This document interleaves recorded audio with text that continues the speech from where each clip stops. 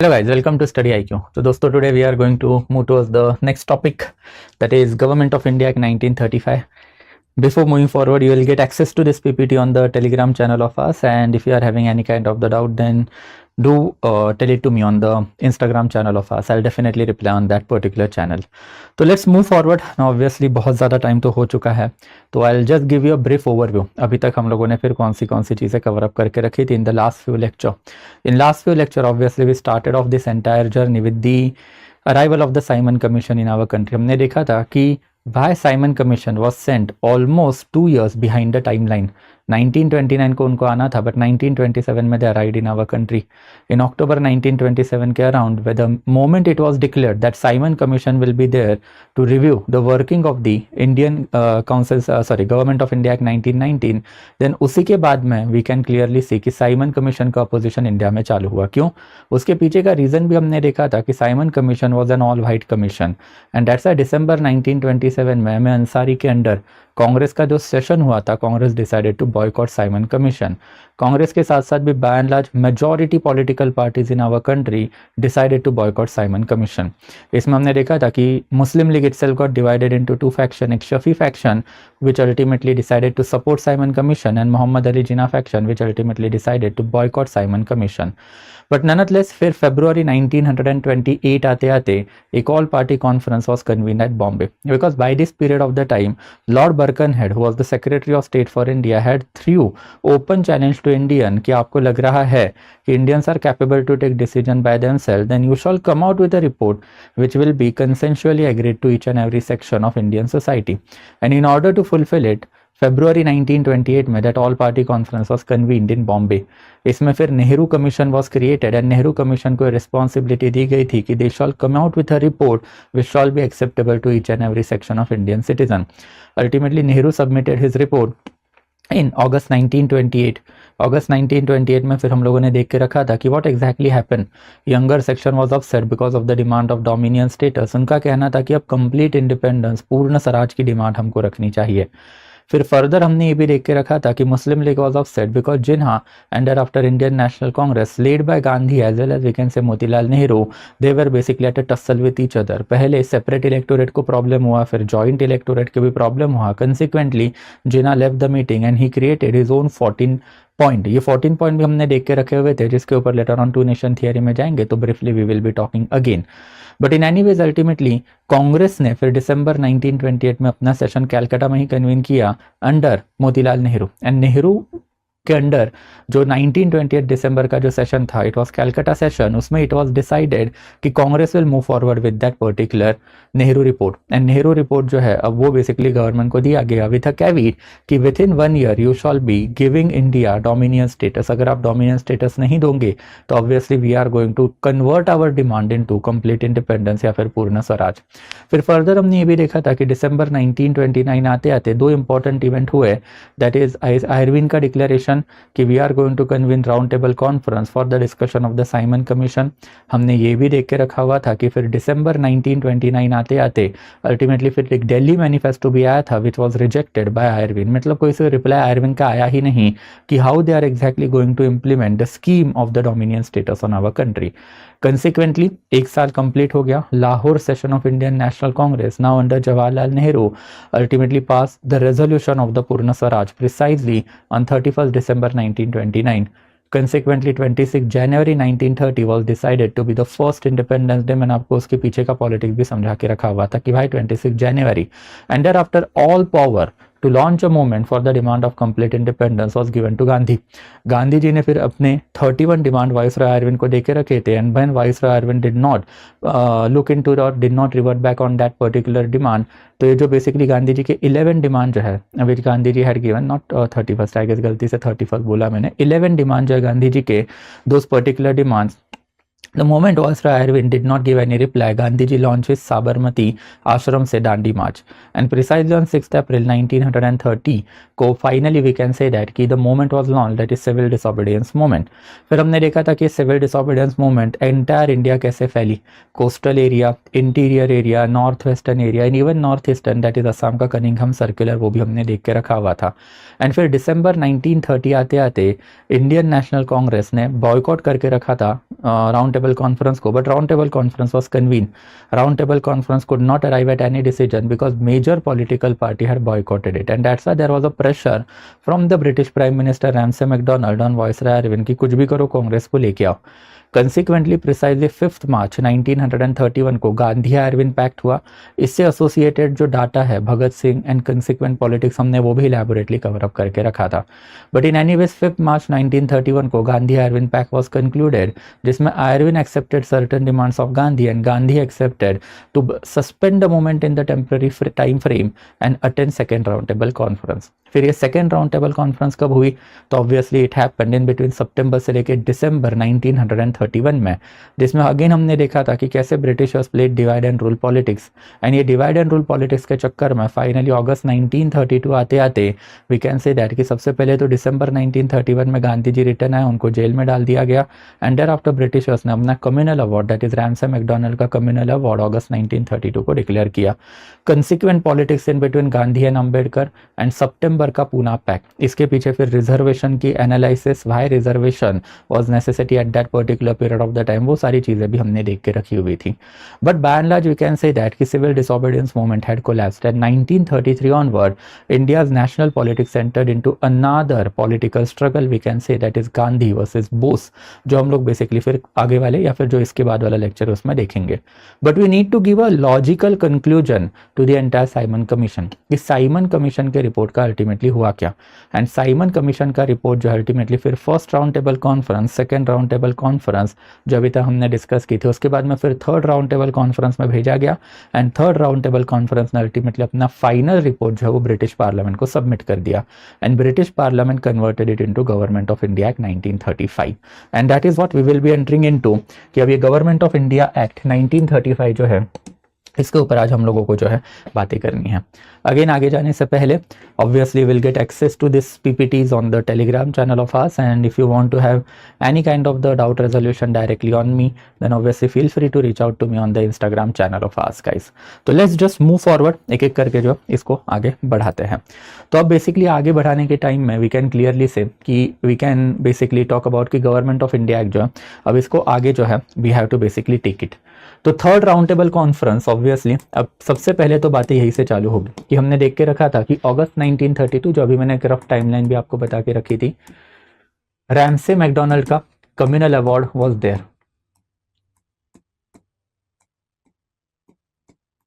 And there after फिर ultimately फिर सितंबर 1932 में ही वी कैन टॉक अबाउट कि Poona pact was signed in between Ambedkar and Gandhi. ये पूना पैक्ट के प्रोविजन भी हमने देखे थे, but Britishers decided to move ahead with its own version that is Ramsay MacDonald का communal award as well as पहले दो राउंड टेबल कॉन्फ्रेंस में जो डिस्कशन हुए थे उसी को आगे बढ़ाएंगे. And consequently in December 1932 ultimately फिर थर्ड राउंड टेबल कॉन्फ्रेंस जो इट वाज कन्वीन. नाउ इस थर्ड राउंड टेबल कॉन्फ्रेंस में कुछ ज्यादा थे नहीं. Indian National Congress did not attend it, labour party जो है it also did not attend it. In fact labour political party के साथ अपने प्रॉब्लम हुआ कि 1931-32 में ही लेबर पॉलिटिकल पार्टी के जो प्राइम मिनिस्टर थे रैमसे मैकडोनाल्ड, उन्होंने लेबर पॉलिटिकल पार्टी छोड़ दी and he joined hands with the Conservative party. तो कंजर्वेटिव पॉलिटिकल पार्टी का गवर्नमेंट आ गया, जिसके प्राइम मिनिस्टर बने रैमसे मैकडोनाल्ड, जिनकी पूरी जिंदगी लिबरल पॉलिटिकल पार्टी में गई हुई थी. अभी ब्रिटेन के अपने पॉलिटिकल झमेले उसमें मैं नहीं जाऊंगा, बट फिर लेबर पार्टी की जो political leadership it got upset, and फिर रैमसे मैकडोनाल्ड के अंदर जो भी होगा उसमें basically they decided to boycott. तो लेबर पार्टी भी नहीं थी, इंडियन नेशनल कांग्रेस भी नहीं था. तो when British opposition party is not with you and India's major national political party is not with you, then आपके जो प्रोविजन है वो ज्यादा चल पाएंगे क्या? नहीं चल पाएंगे. And that is what exactly happened.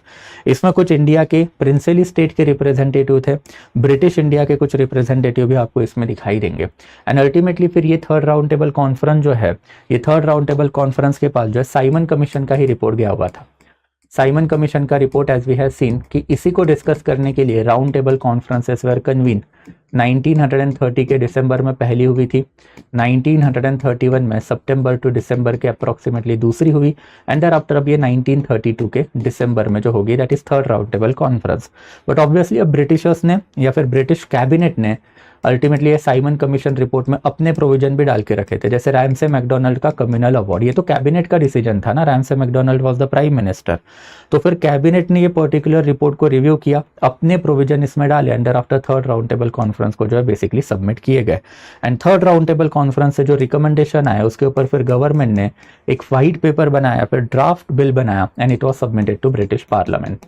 And यही ब्रिटिश पार्लियामेंट से finally we can say that कि एक नया act that is government of India act 1935 आते हुए अब आपको दिखाई देगा। तो अब गवर्नमेंट ऑफ इंडिया एक्ट 1935 जो है अब इसके ऊपर हम लोगों को थोड़ा बहुत जाना है। This will be the last act that British government is going to frame for the governance of India. If you remember, अब हमने पहले वाले एक्ट काफ़ी इलेबोरेटली कवर अप करके रखे कि वे बैक रेगुलेटिंग एक्ट 1773, फिर Pitt's India act 1784, charter act 1793, 1813, 1833, 1853, फिर गवर्नमेंट ऑफ इंडिया भी मैंने आपको इलेबोरेटली बता के रखा था जो 1858 में साइन हुआ था जस्ट आफ्टर रिवॉल्ट ऑफ 1857। अब Indian councils act 1961, Indian council act 1892, they were not that important, but इसके भी प्रोविजन मैंने आपको जब मैंने इंडियन काउंसिल एक्ट 1909 डिस्कस करके रखा था तब इलेबोरेटली एक्सप्लेन करके रखे हुए थे। एंड देयर आफ्टर फिर गवर्नमेंट ऑफ इंडिया एक्ट 1919 जो अभी हम लोगों ने पिछले लेक्चर में जब ऑब्वियसली फिर जून में मैंने कंडक्ट किए थे उसमें मैंने आपको इलेबोरेटली समझा के रखा है। तो गवर्नमेंट ऑफ इंडिया एक्ट 1935 जो है अब इसके ऊपर भी हम लोगों को इलेबोरेटली बातें करनी पड़ेगी कि exactly what is government of India act 1935।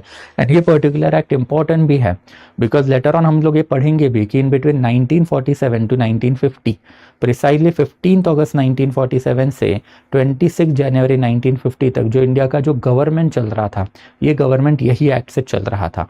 And that's why ये एक्ट को थोड़ा सा इलेबोरेटली समझना हमारे लिए काफी इंपॉर्टेंट है। Government of India act 1935, let's enter into that one. But again यहाँ पे जाने से पहले अभी हम लोगों ने ये चीज़ें काफ़ी इलेबोरेटली बातें करके रखी हुई है कि गवर्नमेंट ऑफ इंडिया एक्ट 1935 जो है अगर हम लोग इसकी बात करते हैं तो गवर्नमेंट ऑफ इंडिया एक्ट 1935 इसको थोड़ा सा मैं पहले या फिर इसके पहले वाले प्रोविजंस में जाऊँ तो लंदन में एक एडमिनिस्ट्रेशन चल रहा है। इफ़ यू रिमेंबर लंदन में सबसे बड़ा कौन होगा तो ब्रिटिश मोनार्क। ब्रिटिश मोनार्क के नीचे ultimately who is working then obviously British government and there after फिर British parliament is working. Obviously इनके नीचे अब कौन काम कर रहा है तो secretary of state for India. And secretary of state for India जो है इसके साथ साथ इसके नीचे अब एक और हमने देखा था कि 1919 में ही एक नई बॉडी आ चुकी थी। And what was that particular body, that office of high commissioner for India. तो ऑफिस ऑफ हाई कमिश्नर जो है वो भी बेसिकली आ चुका था। इफ वी टॉक अबाउट कि इनके हाथ में सारी की सारी power way back regulating act 1773 से ही आ चुकी थी। हमने देखा था कि ब्रिटिश ईस्ट इंडिया कंपनी के राइते क्या क्या फैला के रखे थे उन्होंने, कैसे उन्होंने almost two the tune of 2.5 million pound का लोन जो अपने सर के ऊपर लेके रखा हुआ था। देयर आफ्टर फिर secretary of state for India ये जो है that is government of India act 1858 से आया हुआ बेसिकली प्रोविजन है। एंड देयर आफ्टर फिर ऑफिस ऑफ हाई कमिश्नर ये भी हमने देखा था कि act of 1919 that is government of India act 1919 से बेसिकली आया हुआ ये प्रोविजन। देयर आफ्टर अगर हम लोग इंडिया के साइड में आते हैं तो इंडिया के साइड में अब हमने देखा था कि Delhi is the new capital. Delhi capital है, इट वॉज शिफ्टेड इन 1912। 1911 में जो दरबार भरा हुआ था उसमें बेसिकली ब्रिटिश मोनार्क ने ये डिक्लेयर करके रखा हुआ था कि Delhi will be the new capital. यहाँ पे अब कौन बैठा हुआ है तो यहाँ पे बैठा हुआ है गवर्नर जनरल, जिसको आप बेसिकली वाइसरॉय भी बोलोगे। तो गवर्नर जनरल एंड वाइसरॉय मैंने आपको इलेबोरेटली समझा के रखा था कि the designation is governor general, viceroy is nothing but the title. अब governor general and there after viceroy के अंडर भी हमने देख के रखा था कि एक एग्जीक्यूटिव काउंसिल है। ये एग्जीक्यूटिव काउंसिल वे बैक अगर हम बात करते हैं तो रेगुलेटिंग एक्ट 1773 से ही बनी हुई है। एंड आफ्टर इन्हीं के अंडर बेसिकली फिर क्या है तो एक इंपीरियल लेजिस्लेटिव काउंसिल जिसको आप इंडियन लेजिस्लेटिव काउंसिल भी बोलोगे। एंड ये इंपीरियल लेजिस्लेटिव काउंसिल आई कब थी 1853 में। फर्दर अब इसमें बेसिकली एक अपर हाउस है एंड देयर आफ्टर इसमें बेसिकली एक लोअर हाउस है। This bicameralism was introduced by the act of 1919। And यही वाला प्रोविजन फिर हमने देखा था कि लोकल लेवल पे भी है कि अल्टीमेटली लोकल लेवल पे अब एक गवर्नर रहेगा। गवर्नर ऑफ द प्रोविंस के अंडर फिर क्या रहेगा तो ऑब्वियसली इसके अंडर भी एक एग्जीक्यूटिव काउंसिल है एंड इसके अंडर भी अल्टीमेटली एक लेजिस्लेटिव काउंसिल है। फर्दर हमने ये भी देखा था कि गवर्नर या फिर प्रोविंशियल लेवल पे डायरकी वाज इंट्रोड्यूस्ड। डायरकी का मतलब क्या है तो ये भी हमने देख के रखा हुआ था कि डायरकी का मतलब है ड्यूअल गवर्नमेंट। मतलब यहाँ पे अब बेसिकली जो प्रोविंशियल लिस्ट आपकी बनी हुई थी ये provincial list got divided into transferred list and thereafter फिर reserve list. Reserve list governor and thereafter उसकी एग्जीक्यूटिव काउंसिल देखेगी। ट्रांसफर्ड लिस्ट जो है अल्टीमेटली फिर governor and thereafter elected council of minister जो लेजिस्लेटिव काउंसिल से आएगी वो देखेगी। हमने ये भी देख के रखा हुआ था कि ये सारे ही प्रोविजन में डायरेक्ट इलेक्शन वाला कंसेप्ट भी इंट्रोड्यूस किया गया था। एंड डायरेक्ट इलेक्शन कहाँ पे इंट्रोड्यूस किया गए थे, यहाँ पे इंट्रोड्यूस किए गए थे वाया एक्ट ऑफ 1919 ओनली। तो ये सारा ही बैकग्राउंड जो है हमने काफी इलैबोरेटली देख के रखा हुआ था इन आवर प्रीवियस सेशन कि एग्जैक्टली एक गवर्नेंस स्ट्रक्चर या फिर एडमिनिस्ट्रेटिव स्ट्रक्चर इंडिया में चल कैसे रहा है। अब यही गवर्नेंस स्ट्रक्चर या फिर एडमिनिस्ट्रेटिव स्ट्रक्चर को हमको आगे बढ़ाना है via this particular act. And ये एक्ट की अगर हम लोग बात करें तो सबसे पहला एंड सबसे फॉरमोस्ट प्रोविजन ये एक्ट में हम लोग को जो दिखाई देता है कि एक all India federation was proposed. Now what is the meaning of this all India federation? अगर हम लोग ऑल इंडिया फेडरेशन की बातें करते हैं तो now we have to basically take into consideration of the entire modern India. And entire modern India को जब हम लोग कंसिडरेशन में लेंगे तो हमको एक चीज दिखाई देगी कि India is still a divided house ना। इंडिया में ब्रिटिश प्रोविंसेस आर देयर, जैसे बंगाल एक प्रोविंस आपको दिखाई देगा, वैसे ही फिर यूनाइटेड प्रोविंस दिखाई देगा, सेंट्रल प्रोविंस दिखाई देगा, बॉम्बे प्रोविंस दिखाई देगा, Madras province is there, Punjab province is there, north western frontier province is there, Sindh province is there. तो ऐसे मल्टीपल प्रोविंसेस इंडिया में आपको दिखाई देंगे। तो ये प्रोविंसेस जो है ये ब्रिटिशर्स के अंडर डायरेक्टली है, but at the same period of the time India में कुछ प्रिंसली स्टेट भी तो है। कितने प्रिंसली स्टेट है? अप्रॉक्सीमेटली 601। ये 601 डिजिट आया कहाँ से? बिकॉज जब 1947 में इंडिया इंडिपेंडेंट हुआ तब 562 ultimately merge with India, 39 merge themselves with Pakistan. तो क्यूमुलेटिवली वी कैन से 601 प्रिंसली स्टेट थे जिन्होंने ब्रिटिशर्स के साथ सब्सिडरी अलायंस साइन करके रखी हुई थी या फिर जिन्होंने ब्रिटिशर्स की पैरामाउंट सुज़ेरेनिटी एक्सेप्ट करके रखी हुई थी।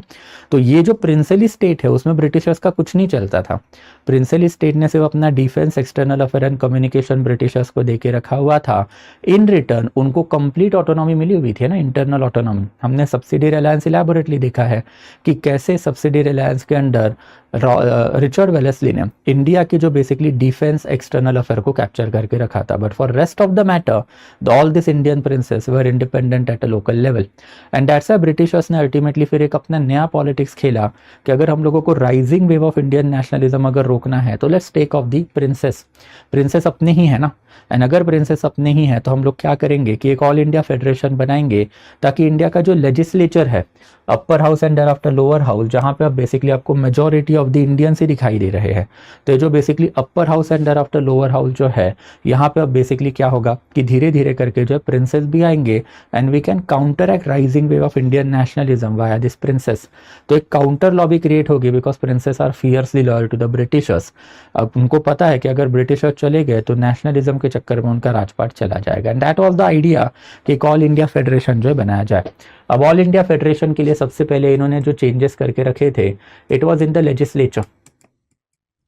लेजिस्लेचर में इन्होंने क्या चेंज किया था कि बेसिकली यहाँ पे एक अपर हाउस होगा एंड thereafter एक लोअर हाउस होगा। Upper house as well as lower house में जो लोअर हाउस है उसको आप बोलोगे बेसिकली फेडरल असेंबली। तो इसको क्या बोला जाएगा? फेडरल असेंबली बोला जाएगा। एंड ये फेडरल असेंबली में there will be basically 375 member. Out of this 375 member उन्होंने ये भी बता के रखा था कि भाई 250 मेंबर ब्रिटिश प्रोविंसेस से आएंगे एंड thereafter फिर 125 मेंबर जो है प्रिंसेस नॉमिनेट करेंगे। तो बेसिकली प्रिंसेस से जो बेसिकली लोग आएंगे वो नॉमिनेटेड रहेंगे एंड ब्रिटिश प्रोविंसेस से जो लोग आएंगे वो ऑब्वियसली फिर डायरेक्टली इलेक्टेड आएंगे। वैसे जो अपर हाउस है इसको काउंसिल ऑफ स्टेट ही बोला जाएगा एंड काउंसिल ऑफ स्टेट में ultimately 260 member will be there, जिसमें से 104 मेंबर जो है प्रिंसली स्टेट अगेन नॉमिनेट करेंगे एंड रेस्ट अल्टीमेटली अगर हम लोग बात करें तो 156 ये ब्रिटिश प्रोविंसेस जो है डायरेक्टली इलेक्ट करेंगे। अब मैं वापस से आपको ये direct election, nomination, separate electorate and thereafter joint electorate नहीं समझाने वाला।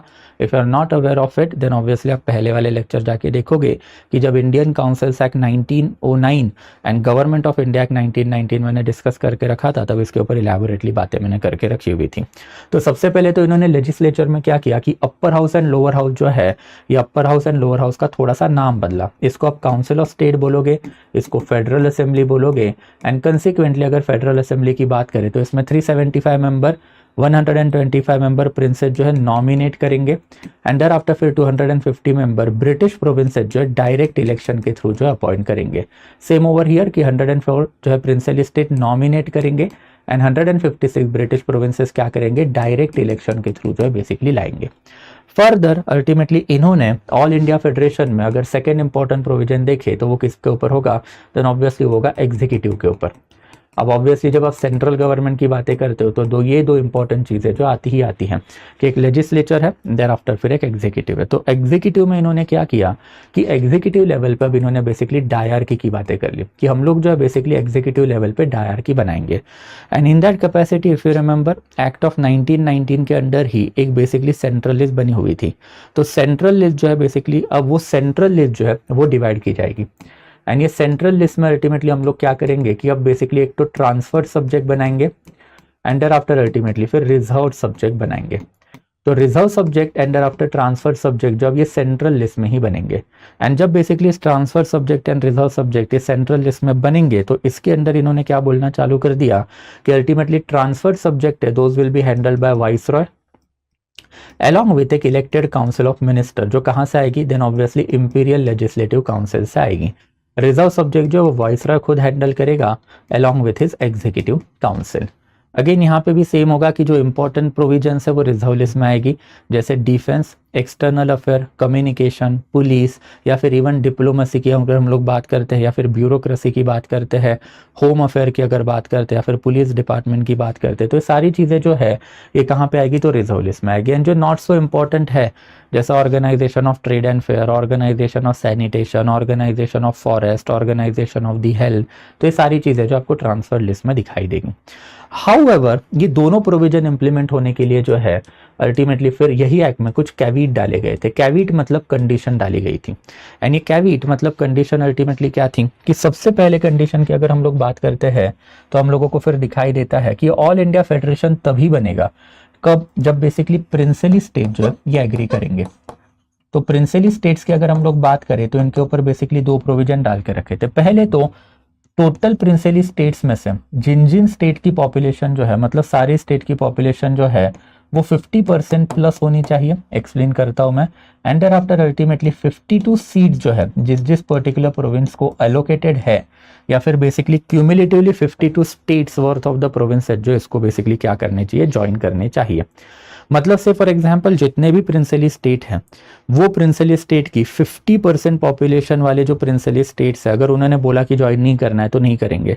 एंड फर्दर अगर ये क्राइटेरिया सेटिस्फाई हो जाता है कि भाई मेजर प्रिंसिपली स्टेट ने बोल दिया कि ज्वाइन करना है तो 50% of the population of the principally states जो है मतलब उन्होंने ज्वाइन करने को हाँ कर दिया। तो नेक्स्ट इंपॉर्टेंट प्रोविजन देखा जाएगा कि 52 सीट जिन जिन प्रोविंसेस को दिए प्रिंसिपली स्टेट को दिए गए हैं वो प्रिंसिपली स्टेट यहाँ पे आए हैं या नहीं आए हैं।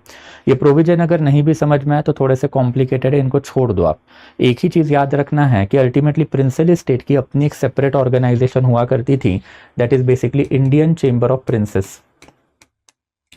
ये इंडियन चेंबर ऑफ प्रिंसेस वाला जो ऑर्गेनाइजेशन है ये काफी सिग्निफिकेंट ऑर्गेनाइजेशन था, क्रिएटेड इन 1919।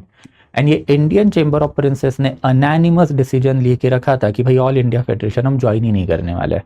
तो अल्टीमेटली फिर ये कैविट्स के ऊपर आपको जाने की बेसिकली कोई ज़रूरत ही नहीं है। तो एक कैविट जो है बेसिकली जस्ट इसको बाय हार्टेशन के लिए याद रखो, अदरवाइज एज सच आपको इसमें जाने की जरूरत नहीं है कि out of total population of the princely state दो state which are having more than 50% population shall join this particular Indian federation. मतलब क्या हुआ कि say for example I am just giving an example, princely state में 100 लोग रह रहे हैं एंड ये पर्टिकुलर 100 लोग में से Hyderabad and there after Junagadh and there after Kashmir में मिलके जो है 60 लोग ले रहे हैं। तो ऑब्वियसली तीनों स्टेट जो है हाँ बोलनी चाहिए, बिकॉज फिर 50% पॉपुलेशन मतलब 51 प्लस पॉपुलेशन। तो 51 प्लस लोग कहाँ पे रह रहे, तो ये तीनों स्टेट में मिला के रह रहे हैं। तो ऑब्वियसली तीनों स्टेट जब तक हाँ नहीं बोलेंगे तब तक अल्टीमेटली फिर ये पर्टिकुलर प्रोविजन इंप्लीमेंट ही नहीं हो पाएगा।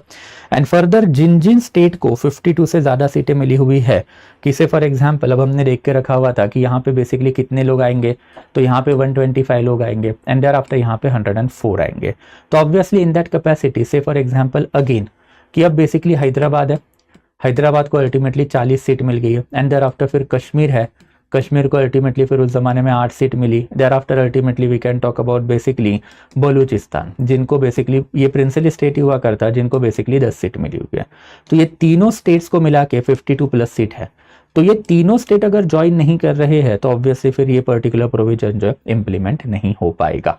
तो this is something that we can talk about this particular caveat, and that's why फिर ये ऑल इंडिया फेडरेशन कभी इंप्लीमेंट ही नहीं हो पाया।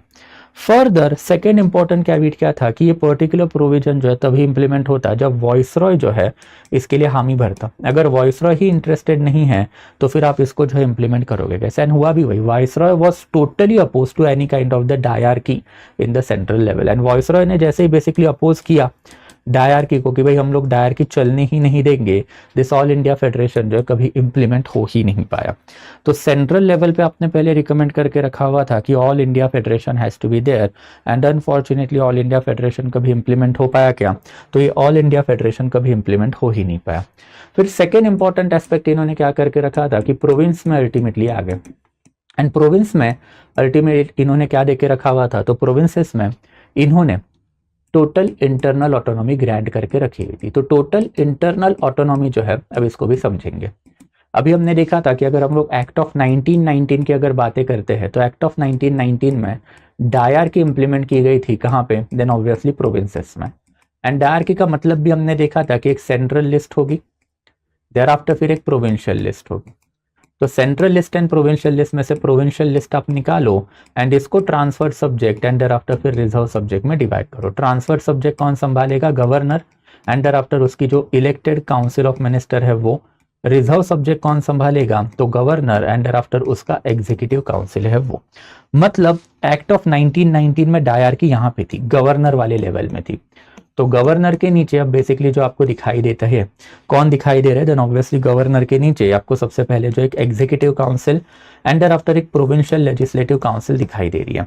तो फिर एग्जीक्यूटिव काउंसिल एंड गवर्नर मिलकर जो ये ट्रांसफर लिस्ट हैंडल करेगा, एंड प्रोविंशियल लेजिस्लेचर जो है वहां से कुछ बेसिकली काउंसिल ऑफ मिनिस्टर बनेगी, and council of minister and governor जो है बेसिकली फिर ट्रांसफर लिस्ट संभालेंगे। सॉरी मैंने अगर कुछ उल्टा बोला हो तो, but governor executive council reserve subject, governor provincial legislature से आया हुआ है, काउंसिल ऑफ मिनिस्टर जो है ये ट्रांसफर सब्जेक्ट जो है संभालेंगे। ट्रांसफर मतलब this are not so important subject, reserve मतलब this are important subject. Then again basically अगर हम लोग रिजर्व सब्जेक्ट की बात करते तो वो भी हमने देखा था कि फाइनेंसेस हो सकते हैं, कम्युनिकेशन हो सकता है, पुलिस हो सकते हैं। तो ये सारे जो इंपॉर्टेंट सब्जेक्ट है प्रोविंशियल लेवल पे वो गवर्नर और उसकी एग्जीक्यूटिव काउंसिल संभालेगी।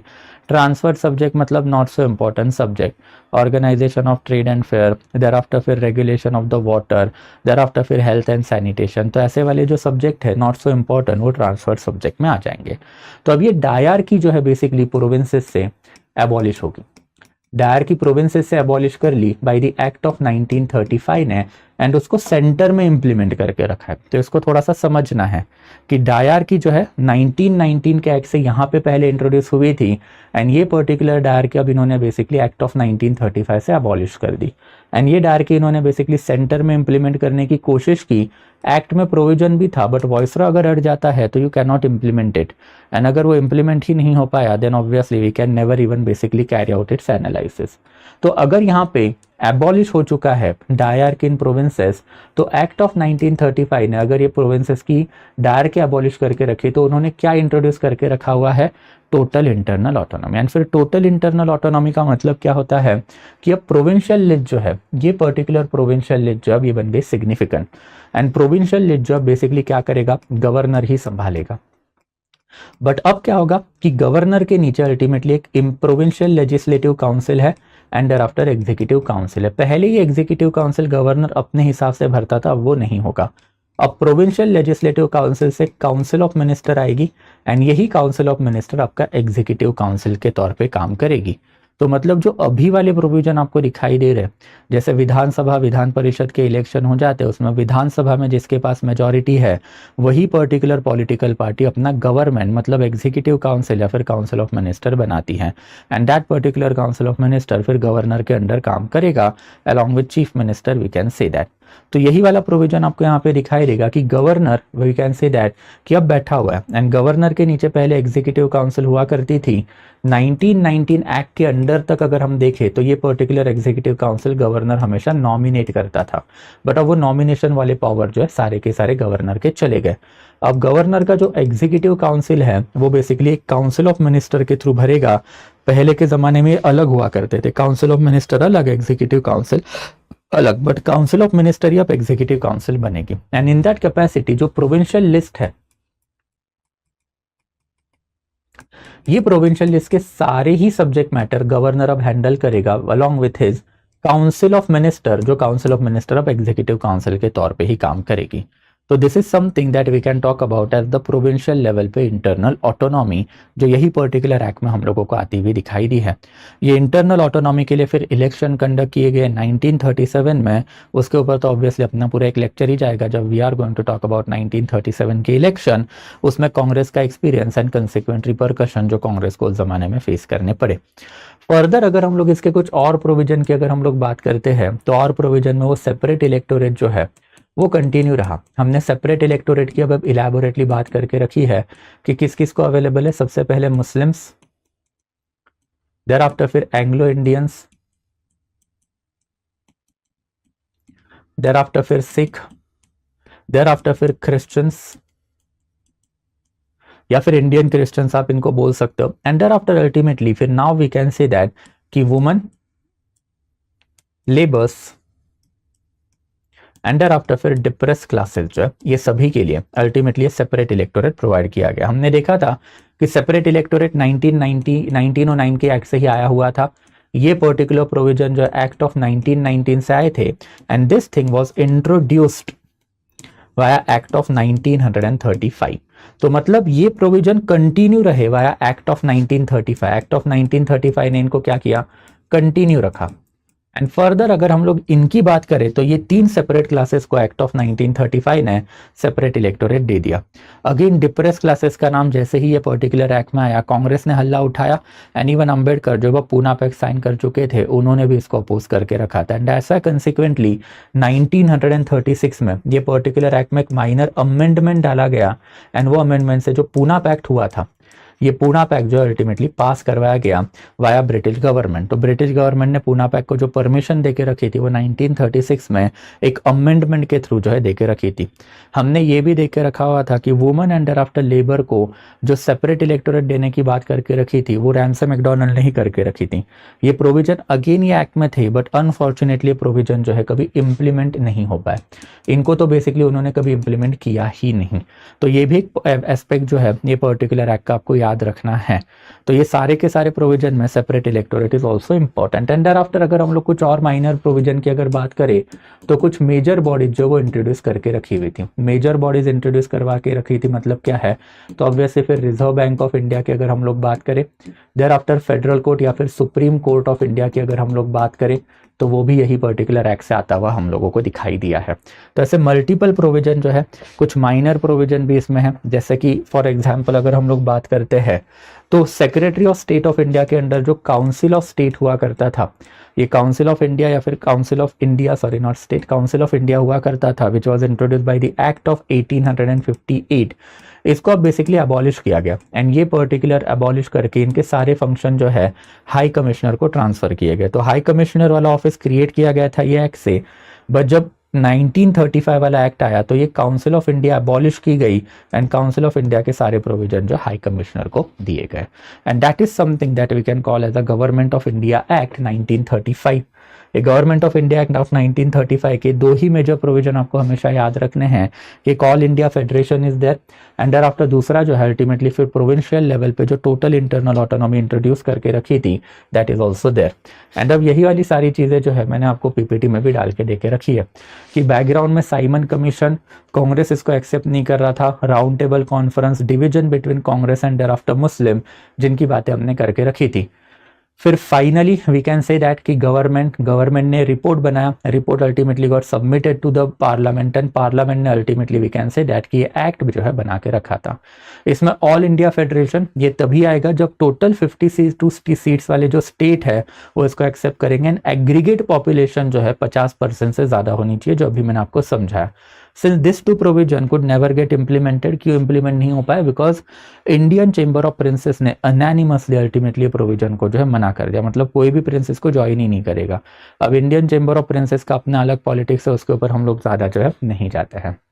फेडरल लेवल की अगर हम लोग बात करते हैं तो फेडरल लेवल पे अभी हमने देखा था कि एग्जीक्यूटिव की अगर बात करें तो डायर की होगी रिजर्व सब्जेक्ट, ट्रांसफर सब्जेक्ट, जो अभी मैंने आपको एक्सप्लेन करके रखे थे। बट गवर्नर जनरल या फिर वॉइसरॉय ने इसको मना कर दिया, तो जैसे ही उन्होंने मना कर दिया ये प्रोविजन जो अल्टीमेटली कोलैप्स, ये प्रोविजन चल ही नहीं पाया। वैसे ही फिर अल्टीमेटली अगर हम लोग फेडरल लेवल के लेजिस्लेचर की अगर बात करते हैं तो upper house, lower house, upper house को ultimately council of state, lower house को federal assembly, total 260 member, total 375 member, ये सारी चीज़ें मैंने आपको बता के रखी थी। ये वाला प्रोविजन मैंने आपको पहले ही दिन से, पहले एक्ट से बता के रखा था कि वीटो पावर जो है अंडर आफ्टर रेसिडरी पावर हमेशा सेंटर के पास ही रहेगी, गवर्नर जनरल के पास ही रहेगी। Under act of 1919 also, under act of 1909 also and under act of 1935 also हर जगह पे गवर्नर जनरल के पास रेसिडरी पावर है। रेसिडरी पावर मैंने आपको बता के भी रखा हुआ था जब हम लोगों ने झमेले देख के रखे हुए थे in between Indian National Congress and Muslim league under जिन्हा। जिन्हा always wanted this residuary power with the provinces. Congress का कहना था कि रेसिडरी पावर हमेशा सेंटर में होनी चाहिए एंड ये रेसिडरी पावर सेंटर को देने का काम नेहरू रिपोर्ट ने भी किया था एंड आफ्टर फिर एक्ट ऑफ 1935 ने भी किया। In one line what is residuary power? तो ये वो वाली पावर है जो आपके बेसिकली सब्जेक्ट लिस्ट में नहीं लिखी रहती। जैसे फॉर एग्जांपल 1950 में जब कॉन्स्टिट्यूशन बना तो under 7th schedule of Indian constitution there was central list, state list and after concurrent list. तो ये तीनों लिस्ट में कुछ सब्जेक्ट मैटर थे नहीं ना। जैसे 1950 में नोबडी हैड एनविसाज की मोबाइल फोन आएगा, स्पेक्ट्रम आएंगे, या फिर उन्होंने ये भी कभी नहीं सोच के रखा हुआ था कि इंडिया में बेसिकली जो डिजिटल रेवोल्यूशन आएगा। तो वो सारे सब्जेक्ट मैटर लिखे ही नहीं उन्होंने कॉन्स्टिट्यूशन में, बिकॉज ये टेक्नोलॉजी उस जमाने में अवेलेबल ही नहीं थी। एंड जब आपने वो सब्जेक्ट मैटर लिख के नहीं रखे हैं but still decision has to be taken on that subject matter, जैसे स्पेक्ट्रम के ऊपर डिसीजन लेना है एंड स्पेक्ट्रम ना सेंट्रल लिस्ट में है, ना स्टेट लिस्ट में है, ना कॉन्करेंट लिस्ट में लिखा हुआ है, बिकॉज 1950 में फाउंडिंग फादर्स को नहीं पता था कि स्पेक्ट्रम जैसी कोई चीज होती है या फिर वो कभी फ्यूचर में आएगी। तो in that capacity spectrum become residuary power in 2010 onward we can say that. तो वही वाली चीज़ें जो है सेंटर के पास हमेशा रहेगी। फिर प्रोविंशियल ऑटोनॉमी जो मैंने अभी आपको एक्सप्लेन करके रखा हुआ था कि डायर की जो है वो चली गई प्रोविंसेस से, डायर की सेंटर में आ गई एंड डायर की जो सेंटर में आके रखी हुई थी वो भी कभी इम्प्लीमेंट नहीं हो पाई। बट प्रोविंशियल ऑटोनॉमी आई एंड प्रोविंशियल ऑटोनॉमी के लिए फिर इलेक्शन भी आए। फर्दर इनके जो एग्जीक्यूटिव रहे हैं, ये एग्जीक्यूटिव में अल्टीमेटली गवर्नर ही इंपॉर्टेंट रहेगा, गवर्नर के अंडर ही सारी की सारी चीज़ें जो चलेगी। फिर प्रोविंशियल लेवल के अगर लेजिस्लेचर की अगर बात करें तो सेपरेट इलेक्टोरेट वापस से अभी जो मैंने आपको बता के रखा था वो होगा, सारी मेंबर फिर डायरेक्टली इलेक्टेड रहेंगे। मिनिस्टर ही अब बेसिकली एग्जीक्यूटिव काउंसिल में भी आके बैठेंगे, बट फिर भी मिनिस्टर एंड आफ्टर फिर एग्जीक्यूटिव काउंसिल के पास ज्यादा पावर नहीं थी, maximum power was into the hand of the governor only. And that brings us to the final analysis of the act of 1935 कि एक्ट ऑफ 1935 की अगर हम लोग बात करते हैं तो इसका भी थोड़ा बहुत एनालिसिस भी हम लोगों को करना पड़ेगा। सबसे पहले अगर हम लोग बात करते हैं तो significance is there and significance में हमको क्या दिखाई देता है कि provincial autonomy will be the first point. कि प्रोविंशियल ऑटोनॉमी जैसे ही आपने बेसिकली इंडिया में देनी चालू कर दी तो it was a step towards not only the independence of our country but also the parliamentarisation of our country. In fact, majority of the political analysis of that particular time period consider the act as a beginning of the parliamentary democracy in our country. 1947 में जब India बनेगा तो India को ultimately parliamentary democracy में ही जाना है। Ambedkar, Patel, Nehru, they were quite basically in unison on that particular aspect and that's why फिर इन्होंने ये वाला एक्ट 1950 तक कंटिन्यू रखा हुआ भी है इंडिया में। तो that is basically the first and foremost significance कि प्रोविंशियल ऑटोनॉमी मतलब अब इंडियंस के हाथ में पावर आएगी एंड यही पावर जो अब इंडियंस एंजॉय करेंगे। Unification of India, at least it was an attempt by the British government to bring about the unification of our country. Unification of our country in the sense that कि अभी तक इन्होंने India को एक माना ही नहीं था। ये इंडिया को हमेशा कंसिडर करते थे कि it's a divided house and principal state अलग एंड ब्रिटिश प्रोविंस अलग।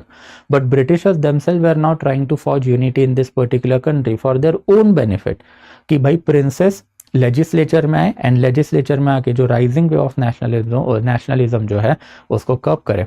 डेमोक्रेटाइजेशन ऑफ द इलेक्शन, हमने देखा था कि डायरेक्ट इलेक्शन वाले कंसेप्ट 1919 के एक्ट से आने चालू हो गए एंड देयर आफ्टर 1935 आते आते अब फ्रेंचाइजी बढ़ी। 1919 एक्ट की अगर हम लोग बात करें तो रफली 4 to 5 million population could vote, अब यही पॉपुलेशन बढ़ के 35 मिलियन में हो गई। तो it was also step towards universal adult franchise. Very soon, hardly 12 years later, that is 1947 onward, जो कॉन्स्टिट्यूशन बनेगा वो constitution will give India a universal adult franchising, thereby making India the first country of the entire world to provide universal adult franchise from the beginning और from the independence of that country. Reorganisation of the state, ये भी काफ़ी significant रहा है कि ultimately फिर इसमें partial reorganisation भी आपको दिखाई देता है। जैसे फॉर एग्जांपल जिन्हा का डिमांड इन्होंने एक्सेप्ट करके रखा था, सिंध को बॉम्बे से इन्होंने सेपरेट कर दिया। Further they had also separated Bihar and Orissa. हमने इसके ऊपर भी पहले वाले लेक्चर्स में बात करके रखी हुई थी, जब मैंने आपको सत्येंद्र प्रसाद सिन्हा के बारे में बातें बता के रखी थी कि he is the only person to became governor of Bihar and Orissa. तो बिहार एंड उड़ीसा बंगाल से सेपरेट किए गए थे एक्ट ऑफ 1919 के अंडर। अब वो बिहार एंड उड़ीसा को फर्दर सेपरेट करके बिहार को सेपरेट प्रोविंस, उड़ीसा को सेपरेट प्रोविंस बनाने का काम यही एक्ट ने किया। तो Orissa for Oriya people, Bihar for basically Bihari, या फिर you can say that Hindi speaking people, we can say that.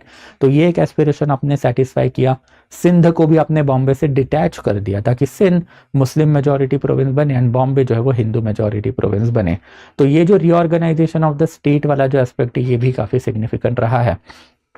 Reorganisation of the state की अगर बात करें तो हमने देखा था कि it was Lokmanya Tilak who had demanded for the linguistic reorganisation of the state, but फिर ब्रिटिशर्स ने linguistic as well as religious reorganisation of the state ever since 1905 ही करना चालू करके रखा हुआ था। बट इसको हम लोग पॉजिटिव वे में लिख सकते हैं कि इसके वजह से at least regional aspiration of the people got satisfied. ये भी काफ़ी इंपॉर्टेंट है ना। अब हमने नेशनलिज्म इलैबोरेटली देख के रखा हुआ है कि if you want to keep Indians within India you have to give them certain amount of the benefit. And there after फिर अगर इमरजेंसी पावर की अगर बात करें तो गवर्नर जनरल के हाथ में सारी ही इमरजेंसी पावर थी कि आपने इतना हाईली डिसेंट्रलाइज स्ट्रक्चर बना के रखा हुआ था कि प्रोविंसेस तो इंडियंस के हाथ में ही रहेंगे एंड देयर आफ्टर लेजिस्लेचर भी इंडियन के हाथ में रहेगा एट द सेंट्रल लेवल। तो कोई इमरजेंसी अगर आ पड़ती है, ब्रिटिश गवर्नमेंट का सर्वाइवल इन इंडिया अगर थ्रेट में आ जाता है तो सारी पावर फिर किसके पास जाएंगे, तो गवर्नर जनरल के पास जाएंगे। तो ये भी एक काफ़ी इंपॉर्टेंट प्रोविजन है बिकॉज ये इमरजेंसी का saga over a period of the time India में काफ़ी बड़ा रहेगा। But at least it showed us how to keep the unity as well as integrity of our country preserved. जब बात यूनिटी एंड इंटीग्रिटी की आती है तो आप लोगों के राइट्स की बातें नहीं करोगे एंड आफ्टर आप लोगों के अच्छाई भले की बातें नहीं करोगे। फिर unity and integrity matters, that comes first, the rest of the things are subservient in our country. तो ये भी एक सिग्निफिकेंस हम लोग बोल सकते हैं। एंड देयर आफ्टर फिर इसके कुछ क्रिटिसिज्म भी रहे हैं। सबसे पहले अगर हम लोग बात करें कि फुल इंडिपेंडेंस अभी भी नहीं आ रहा है। Way back in 1929 December onward Indian National Congress is demanding complete independence, but वो कंप्लीट इंडिपेंडेंस नहीं आ रहा है ना। एंड फिर ब्रिटिश गवर्नमेंट ने 1917 में ही प्रॉमिस दे के रखा हुआ था कि हम लोग आपको जो है स्वराज या फिर बेसिकली डोमिनियन स्टेटस देंगे। तो ना डोमिनियन स्टेटस आ रहा है ना कंप्लीट इंडिपेंडेंस आ रहा है and that was the biggest negative of this particular act. Communal division India के फर्दर स्ट्रेंथन किए गए। अब हमने वो डर्टी पॉलिटिक्स देख के रखा था कि what exactly Britishers were trying to do over here. Britishers were trying not only to divide the entire Hindu Muslim population but also within Hindu community they were sowing the division in between upper jati upper varna versus lower jati lower varna population. Gandhi versus Ambedkar and Ambedkar को जब आपने separate electorate दिया then obviously उसके जो consequent repercussions हैं हमने पहले वाले लेक्चर्स में डिस्कस करके रखे हुए हैं। देयर आफ्टर फिर लैक ऑफ इंडियन इन्वॉल्वमेंट कि ये पूरा का पूरा एक्ट जो है बाय एंड लार्ज ब्रिटिशर्स ने इंडिया के कुछ एलिटिस्ट लीडर के साथ ही डिस्कस करके रखा था। Majority political party at that period of the time was Congress, जिसके पास पूरे इंडिया में मेजॉरिटी थी। तो कांग्रेस अगर ये पर्टिकुलर डिस्कशंस में नहीं रहेगा then how can you say that it was a public back discussion and it was for the sake of Indian. तो जो ओल्ड ट्रायड्स है ब्रिटेन के, taking decision for India on its own as per their own whims and fancy which will benefit their polity economy society more as compared to India, unfortunately continued under this particular act. And thereafter फिर rigidity कि this particular constitution जो है ये basically काफ़ी rigid था in the sense that कि इसमें कोई amendment वाले provision नहीं थे. वो amendment important है ना. If constitution is not flexible, if law of the land is not flexible, how are you going to take your country forward? And that's why ये भी इसका एक बड़ा criticism जो माना जाता है. And finally अगर ये particular act के opinions की अगर बात करें तो जवाहरलाल नेहरू का कहा कहना था it is nothing but a charter of slavery. हम लोग अगर ये पर्टिकुलर एक्ट मान ले तो इंडिया के ऊपर ब्रिटिश राज हमेशा ही बना रहेगा. एंड जो इंडियन स्लेवरी में ढकेले गए हैं, सबसर्विएंट सिटीजन ट्रीट किए जाते हैं विद इन इंडिया, वो कंटिन्यू रहेगा. उन्होंने ये भी बता के रखा था कि ये पर्टिकुलर एक्ट जो है it is basically like a car. There is basically solid brake in this particular car but there is no engine. कि हर जगह पे आपने कैविट एंड लिमिटेशन डाल के रखे हुए हैं. ये कैविट एंड लिमिटेशन अगर रहेंगे तो फिर ये पर्टिकुलर एक्ट बनाने की आपको ज़रूरत ही नहीं थी. The ultimate decision will be taken by governor general because उसके पास वीटो भी है, रेसिडरी पावर भी है. Same thing will happen at a provincial level with governor. तो आप हमारे पास पावर दे ही क्यों रहे हो? अगर डिसीजन आप ही लोगे veto power and residuary power से, तो this is not how the entire machinery will function. और यही कहना इवन मोहम्मद अली जिन्ना का भी था, who was becoming one of the supreme leader of the Indian national movement at that period of the time. अभी तक मोहम्मद अली जिन्ना ने सेपरेशन की बातें नहीं की थी. He will do it 5 years later on in 1940. अभी तक मोहम्मद अली जिन्ना जो है बेसिकली कांग्रेस के साथ ही खड़े थे by and large. And after Mohammad Ali Jinnah ने भी नेहरू जो बोल रहे थे उसको सपोर्ट करके रखा हुआ था कि this entire act is thoroughly रॉटन, fundamentally bad and totally unacceptable. मतलब क्या है कि ये पर्टिकुलर एक्ट में जो नेहरू ने बोला वो सच बोला है कि एक्ट में अल्टीमेटली हर जगह पे आपने कैविट लगा के रखे हुए हैं. एंड आफ्टर मेजॉरिटी पावर जो है वो अपने governor general of India and governor of the provinces को देके रखी हुई है. They will have a veto power. मतलब फिर उनके अंडर के जो मिनिस्टर्स है वो डिसीजन ले ही नहीं पाएंगे. फर्दर आप जो बेसिकली ऑल इंडिया फेडरेशन की बातें कर रहे हो तो प्रिंसिपली स्टेट्स को लेजिस्लेचर में ला रहे हो, तो फिर नेहरू एज वेल एज जिन्ना का कहना था कि वहाँ पे डायरेक्ट इलेक्शन लगाओ ना. Why princes is enjoying that kind of the power कि they are sending their nominated representative in the central legislature. ये तो नहीं चलेगा. अगर ऐसा होता है तो obviously princes will derail the process of nationalisation in this country या फिर इंडिया. तो ये वाली चीज़ आपको चलेगी क्या? तो ये वाली चीज़ आपको नहीं चलेगी. तो ये भी इनका जो है कहना था. एंड आफ्टर फिर उस जमाने में ब्रिटिश ऑफिसर हुआ करते थे रैप बटलर, जिन्होंने पर्टिकुलर एक्ट जो है इसको बेसिकली ड्राफ्ट बनाने में हेल्प करके रखी थी. And he was also कोर्सिंग the way through in the lower house of the parliament for this particular act.